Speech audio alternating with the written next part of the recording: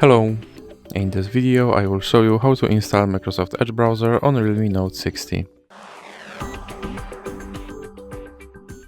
So you have to start by opening your Google Play Store, then click on search bar and type in Edge. Now click search, and now you can click install.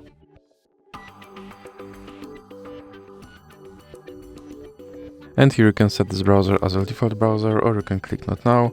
Now you can sign in to sync your data, or you can click not now.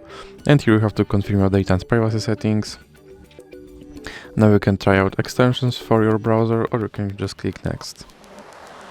And here you can decide if you want to send notifications from your browser or not. And now, as you can see, my Microsoft Edge browser is installed and is ready to use. So that's it for this video. If you liked it, please remember to leave a like and subscribe.